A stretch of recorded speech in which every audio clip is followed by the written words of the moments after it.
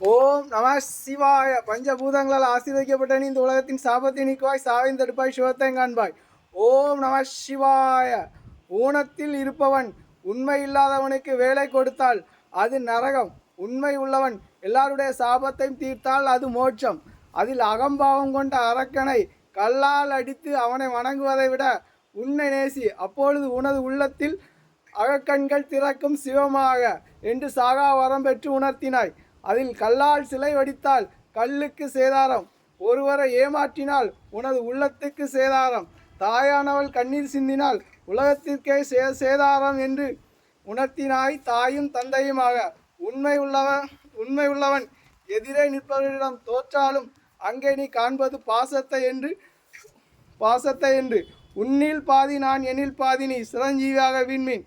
இறைவனின் அருளால் எல்லோரும் மறுபிறவி காணட்டும், மரணத்தில் அல்ல. ஓம் நம சிவாய. உனது புன்னகையால்